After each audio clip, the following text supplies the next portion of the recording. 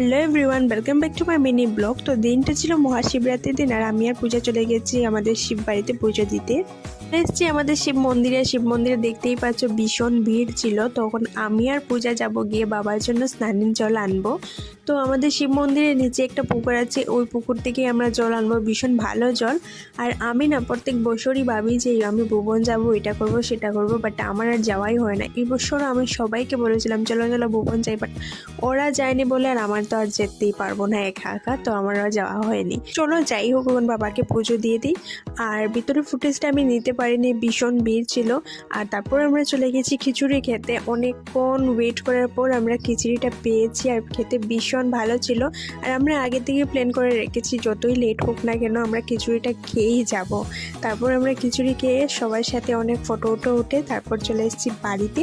তো চলো আজকের জন্য এতটুকুই ছিল, দেখা হবে নেক্সট ব্লগে, টাটা।